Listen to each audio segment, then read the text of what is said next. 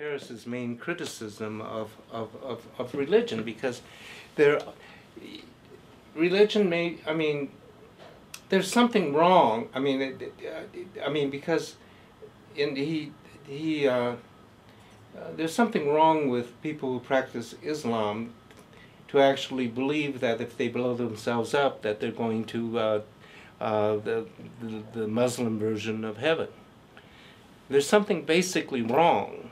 I mean, again, by defining what's right or wrong by what's being done, that what the Muslims and the Christians, the evangelical Christians, I'll throw them in the same boat, is that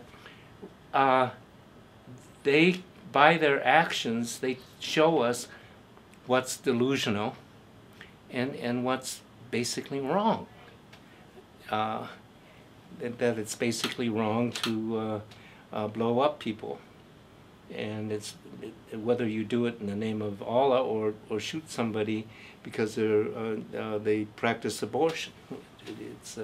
So it's defined by what people do, or good and evil is defined by your rational judgment, and according to Harris, your scientific judgment as to what's good for yourself and other people, by the way, because I think there's an assumption coming in that there has to be some sort of cooperation and lessening of distinctions, because if we keep this up with our science and technology, we'll end as a species. Now that may not be wrong in the grand scheme of things, but it's certainly wrong for me and you and the species, which I think we should take into consideration. Mm-hmm. So. All right. Let's see if I can get to my other question. So, coming from a physicist point of view, how do you approach existentialism? I think science is very compatible with existentialism, because both of them believe in the power, and I'll use the word, the good of rational thought. And also science has a method that's rooted in they purport to be rooted in the experimental method, where you have to demonstrate it, something empirically. And also, I think the two beliefs are compatible, and both of them believe that we perceive the world through five senses, and that you have to work with that perception, and that you really, and you can, existentialism will allow to go beyond those limits, but they would like the correcting force of science to make sure that they don't become delusional like other beliefs. And because the other beliefs don't have a method, they don't, then you can, then you can go anywhere, with your thoughts. And, and the problem is that those thoughts become energy, if the sciences are correct, and then they become negative. They become negative energy because they're not rational, and they're not conditioned by or held back by, against what is, right? And again, by the consequences of what they do. So it just seems to me a very common, it's a very common sense. Existentialism is very commonsensical. You don't make things more complicated than they are. It's simply that you are what you do, and things are what they do. And then but the question is, then the big questions come after that. Right. And then science is a method that we can use to keep us grounded on those two questions. And I think and it's not limiting, because if Sartre and Heidegger can go from what is to ask the question of what is not, and how does that impact reality, then you're going beyond science. And I think maybe science should start following and say, well, how can we empirically examine nothingness or emptiness? Mm-hmm. But that's what the Buddhists are doing, right? Right. Okay. How much time do you have? There's one more thing I wanted to discover with you. Okay. And, it's purely for my experience, other than, not for the film, but I'm really interested in the time and space and how the relationship. I mean, you have matter, and the reason we have gravity is because this matter is it's like almost sitting in the fabric of time and space. So we have all these properties of like gravity, and there's all these relationships. Can you kind of enlighten us to your research and your book that you're writing, and what's kind of going on there? Well, I don't think we've gone further. I mean, if you ask a physicist that question, they would say that we haven't gone much beyond Kant, the philosopher and natural scientist. And Kant basically said that time and space are categories of the mind.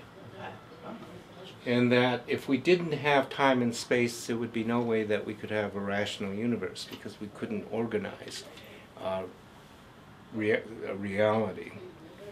And then, now Kant went a little bit further with space than he did with time, and he said that if you had a glove, and that was the only thing that existed in the universe, there would be no way that you could tell that it was a left-hand glove or a right-hand glove.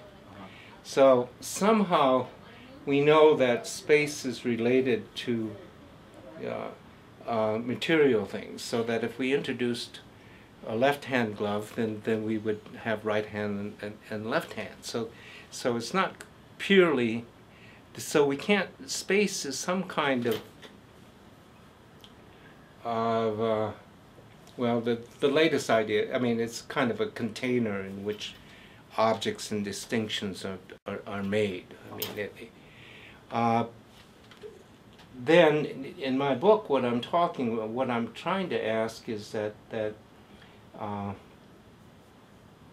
what the existentialists do is that when they're talking about nothingness, they're talking about personal space. Mm-hmm. And Sartre gives an example, is that he's going to meet a friend at a cafe, and then he goes to the cafe and the friend's not there. Mm-hmm. His not being there affects the whole environment, affects the whole issue. So a nothing, something not, is affecting things that are. Mm-hmm. And so so they asked, and then Heidegger goes further and says, well, yeah, we got to explore this nothingness, because you can't have something unless you have nothing. So then the question is, what is this nothing? And then the scientists seem to be coming up with an answer in that with the Big Bang Theory, because what's happening with the Big Bang Theory is that they decided that it's not cyclical. There's not going to be a big crunch. Really? So that it keeps expanding. So basically what it's doing, the universe is doing, is emptying itself of material. So here you actually have something that you can investigate scientifically, which is this nothingness that's occurring, or this emptiness that's occurring. But the problem is that every time they look at the scientists look at the emptiness, they find something like dark matter, radiation from the black radiation, or radiation from the Big Bang. So it's not empty anymore. So, but I think that they should keep looking. and maybe by the scientists approaching it from their direction and the existentialists approaching it from a psychological point of view, they'll find out. And the Buddhists approaching it the way with their methodology, that they'll come to the conclusion that what space is. Now time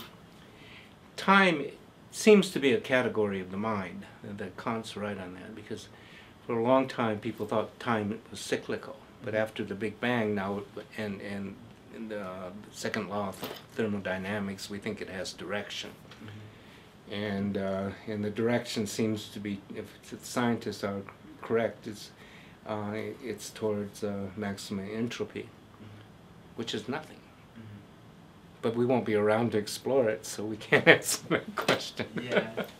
But yeah, so time. I think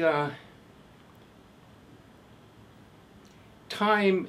But if time is a category of the mind, then it seems like we have more, that we can deal with it in a different way. And my favorite saying from the book is time integrates to fulfill need. That it doesn't have to be this outside force, because that's metaphysical, isn't it? It's almost being pulled by need. Yeah, could be. So, but I think if we look at time, Aristotle was right, that time is basically change. It's almost like water seeks its own level. Yeah. Like there's a need there, so it's going to. The properties are naturally doing that. Right, and when we're talking about need, we're not talking about teleological need like Aristotle did, but yeah, that's one way of looking at it.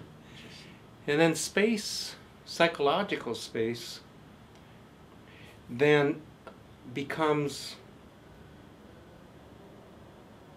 to be more cheerful about it, becomes the playground in which we interact with the world and create our ego. So right now when we're talking, and to the people out there, is that we're creating a space that includes you and includes me and includes the audience, and it allows other spaces to appear. It allows other ideas, which we concluded, thanks to you, is energy, right? Ideas must be energy. And I think there's a scientific evidence, or not evidence for it, but that idea was proposed by another one of my favorite atheist scientists, Dawkins, who wrote a book called The Selfish Gene, and he came up with this concept of memes, which means basic ideas that flow and then are captured by the brain, and they come in different forms. And in this form, the meme will be video, but it could be, a meme could be talking about something down the hall, and then all these memes coalesced into a very powerful theory, we'll say. And we may be memes now contributing to the general knowledge of humankind. So it's not like these atheists and existentialists don't have values. They do, but they're trying to think about them not in an individual and non-authoritarian and very empirical, and above all in a non-delusional way.